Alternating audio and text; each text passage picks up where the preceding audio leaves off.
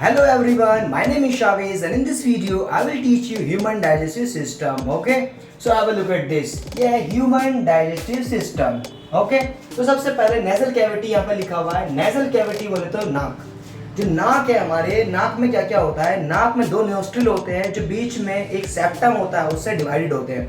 नाक के अंदर फाइन हेयर्स होते हैं, छोटे छोटे हेयर्स होते हैं और नाक के अंदर एक लिक्विड होता है जिसकी वजह से जब हम इनहेल करते हैं, हम सांस लेते हैं, जो डस्ट पार्टिकल्स हैं वो हमारे मुंह में ना जाएं.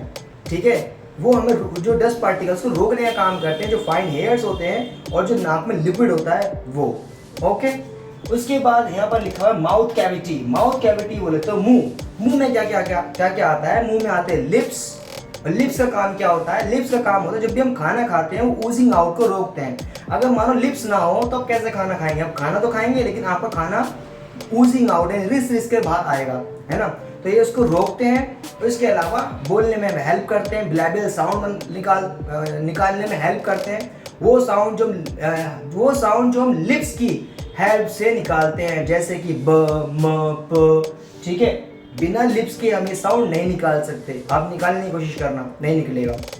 ठीक है, इसके बाद इसी के अंदर आता है माउथ कैविटी में आता है हमारे टीथ का काम क्या होता है, क्रशिंग करना, च्यूइंग करना, कटिंग करना. ठीक है, ये काटना, चबाना, फाड़ना, यही काम होता है दांतों का. ठीक है, उसके बाद सलाइवा का काम क्या होता है, सलाइवा का काम होता है खाने को मोइस्ट बनाना, खाने में डाइजेस्टिव एंजाइम सिक्रीट्स करना.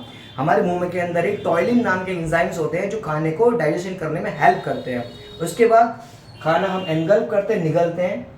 इसके बाद ये वर्ड देख ले, फेरिंग्स. फेरिंग्स क्या है, कॉमन पैसेज है. नाक का और मुंह का दोनों का एक कॉमन पैसेज होता है जिसे फेरिंग्स बोलते हैं. क्या बोलते हैं, फेरिंग्स बोलते हैं इसको. नाक का और मुंह का दोनों का कॉमन पैसेज.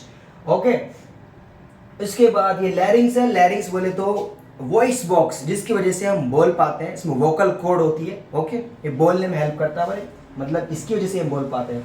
इसके बाद ईसोफेगस में ओ साइलेंट होता है, इसे ईसोफेगस बोलते हैं. ये फूड पाइप होता है, जो पूरा फूड पाइप हमारे स्टमक में जा रहा है. फिर स्टमक में देखें, स्टमक जो है जे शेप का होता है, J for jug, J shape का होता है. और इस जे शेप के अंदर एक ग्लैंड होती है, ग्लैंड जिसे बोलते हैं गैस्ट्रिक ग्लैंड. क्या बोलते हैं, गैस्ट्रिक ग्लैंड बोलते हैं. इस गैस्ट्रिक ग्लैंड का काम होता है सिक्रीशन. जहां जहां ग्लैंड आएगा वो सिक्रीशन कर रही होगी, या तो हार्मोन का या फिर एंजाइम्स का. तो यहाँ पर एक ग्लैंड सिर्फ एंजाइम सिक्रेट कर रही है, HCl, pepsin and mucus. HCl means hydrochloric acid. ये एसिड होता है, 0.5 का एसिड होता है pH स्केल पर, जो काफ़ी स्ट्रॉन्ग एसिड है. इतना स्ट्रॉन्ग एसिड है अगर हम उंगली पर लगाएंगे तो हमारी उंगली जल जाएगी. तो आप सोच रहे होंगे जब उंगली पर लगाएंगे उंगली जल जाएगी तो पेट क्यों नहीं जलता. पेट इसलिए नहीं जलता क्योंकि पेट को जो एसिड को न्यूट्रल करने के लिए एक और चीज़ होती है जिसे बोलते हैं म्यूकस. ये नेचर में बेसिक होता है. जब एसिड निकलता है तो उसके साथ में म्यूकस भी एक लेयर बना लेता है. ये येलोइश पीले कलर का येलोइश स्लाइमी लिक्विड होता है, बेस होता है. ओके, फिर उसके बाद है पैप्सिन. पैप्सिन का काम होता है खाने में से प्रोटीन को डाइजेस्ट करना. खाने में से प्रोटीन को डाइजेस्ट करने का काम होता है पैप्सिन का. छोटे छोटे ग्लोब्यूल्स के अंदर पैप्सिन जो है खाने प्रोटीन को तोड़ देता है खाने में से. ओके, फिर उसके बाद ये बराबर में देखो लीवर.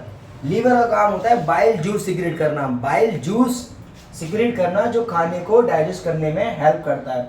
बाइल जूस सिक्रेशन काम होता है लीवर का. और बाइल जूस को जो स्टोर करता है वो करता है गैल ब्लैडर, जिसे हिंदी में पित्त बोलते हैं, पित्त की थैली.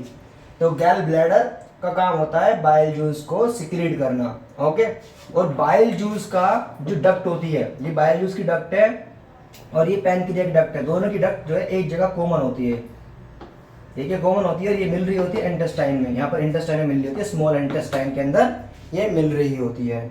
ओके, तो ये हो गया हमारा गैल ब्लैडर. उसके बाद पैनक्रिया आपको दिख रही है. और मैंने बताना भूल गया, जो लीवर होता है वो सबसे बड़ी ग्लैंड होती है. ठीक है, सबसे बड़ी ग्लैंड कौन सी है, लीवर है. उसके बाद पैनक्रियाज में क्या क्या होते हैं, अमाइलेज होता है, लाइपेज होता है और ट्रिप्सिन होता है. ये तीनों चीज सिक्रेट करती है. हार्मोन भी सिक्रेट करती है इसके अलावा, लेकिन हम यहाँ एंजाइम्स देख रहे हैं. इसके अलावा और एंजाइम भी सिक्रेट करती है, लेकिन हम यहीं पे देख रहे हैं, शुरुआती स्टेज है. तो एमाइलेज का काम होता है खाने में से स्टार्च को डाइजेस्ट करना, ठीक है। और लाइपेज का काम होता है खाने में से फैट को डाइजेस्ट करना। और ट्रिप्सिन का काम होता है खाने में से प्रोटीन को डाइजेस्ट करना, ओके। तो इस एनर्जी क्या होती है, एमाइलेज जो है, स्टार्च क्या होता है, शुरुआती स्टेज होती है स्टार्च। एनर्जी की जो शुरुआती फॉर्म होती है वो स्टार्च होती है, मतलब खाने वाला स्टार्च बनता है। उसके बाद बनेगा स्टार्च के बाद बनेगा ग्लूकोज, नहीं सॉरी शुगर। स्टार्च के बाद बनेगा शुगर के बाद बनेगा ग्लूकोज के बाद बनेगा एटीपी, एडोसिन ट्राइफॉस्फेट, ये एनर्जी करेंसी है, ओके।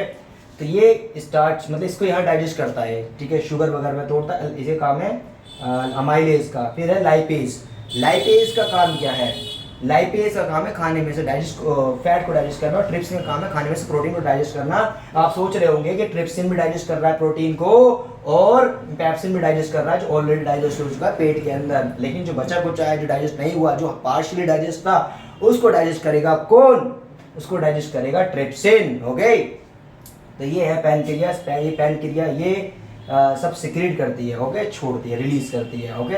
फिर उसके बाद आप इंटेस्टाइन देखो, इंटेस्टाइन भी हमारी जो है 3 तरह की है, मतलब है तो एक ही तरह की है लेकिन 3 भागों में बांट रखा है। सबसे ऊपर की इंटेस्टाइन को बोलते हैं ड्यूडेनम, जो सी शेप है। उसके बाद जो अगले कर्व ले रही है उसे बोलते हैं जेजेनम, और सबसे नीचे की इंटेस्टाइन को बोलते हैं इलियम। तो इंटेस्टाइन भी हमारी ऊपर से थोड़ी वाइडर होती है, जैसे नीचे आएगी नैरोर होती चली जाएगी, यानी पतली होती चली जाएगी, ऊपर से चौड़ी होती है, ये पतली होती चली जाती है। फिर ये जाकर मिल रही होती है किसके अंदर, ये मिल रही है लार्ज इंटेस्टाइन के अंदर मिल रही है जाकर। तो अब ये स्मॉल इंटेस्टाइन होती है, इसके अंदर छोटे छोटे फाइन हेयर्स होते हैं। क्या होते हैं, छोटे छोटे फाइन हेयर्स होते हैं। इन फाइन हेयर को देखें, अगर इनको जूम करके देखेंगे, तो ये हमें फिंगर लाइक प्रोजेक्शन की तरह नजर आएंगे। कैसे नजर आएंगे, फिंगर लाइक प्रोजेक्शन की तरह ये नजर हमें आएंगे, ओके। और इनका काम होता है एब्जॉर्ब करना, यानी कि ये न्यूट्रिएंट्स को एब्जॉर्ब कर लेते हैं। ये फिंगर लाइक प्रोजेक्शन है ना, ये न्यूट्रिएंट्स को क्या कर लेते हैं, एब्जॉर्ब कर लेते हैं। एब्जॉर्प्शन का काम होता है इनका।